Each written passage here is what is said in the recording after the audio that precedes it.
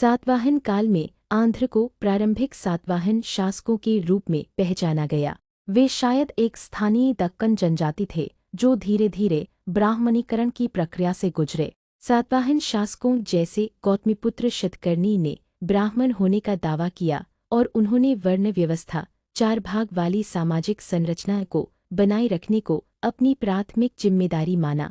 सातवाहन शासक और उनकी रानियां वैदिक बलिदान करती और विष्णु के देवताओं जैसे कृष्ण और वसुदेव की पूजा करती। हालांकि वे ब्राह्मणों को उदार बलिदान शुल्क देते थे। वे बौद्ध धर्म को भी बढ़ावा देते थे और महायान बौद्धों को जमीन दान करते थे। इस काल में नागार्जुनकोंडा, अमरावती आंध्र प्रदेश, नासिक और जुन्नर महाराष्ट्र में बौद्ध स्थलों का विकास हुआ। व्यापारी और कारीगर।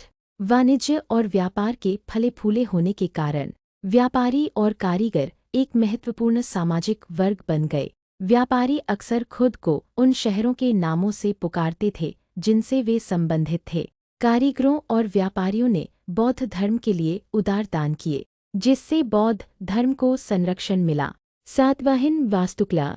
सातवाहन काल में कई चैत्य पवित्र स्थल और विहार मठ कड़े रॉक से काटे गए थे, जो दक्कन के उत्तर पश्चिम या महाराष्ट्र में स्थित है। कार्ले चैत्य जो पश्चिमी दक्कन में है, इस युग का एक महत्वपूर्ण वास्तु उदाहरण है। नासिक अभिलेख जिसमें नहपान और गौतमीपुत्र शतकर्णी के नाम अंकित हैं, यह भी इस काल के महत्वपूर्ण वास्तुस्थल है। सातवाहन काल में प्राकृत को आधिकारिक भाषा के रूप में प्रयोग किया गया, हालांकि लिपि ब्राह्मी थी। हाला द्वारा रचित प्रसिद्ध प्राकृत ग्रंथ गाथा सतसी को सातवाहन काल से जोड़ा जाता है, जिसमें 700 शेरों का संग्रह है। धार्मिक सहिष्णुता और सांस्कृतिक योगदान। सातवाहन शासक न केवल ब्राह्मणों बल्कि बौद्ध धर्म के प्रति भी सहिष्णु थे। उन्होंने ब्राह्मणों और बौद्ध भिक्षुओं को भूमि दान की। बौद्ध धर्म के प्रचार और प्रसार में उनके योगदान को देखा जा सकता है, विशेष रूप से महायान बौद्ध धर्म के द्वारा जो सातवाहन काल के दौरान उभरा।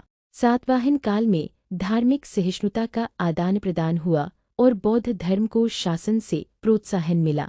सातवाहन और भारतीय संस्कृति पर प्रभाव।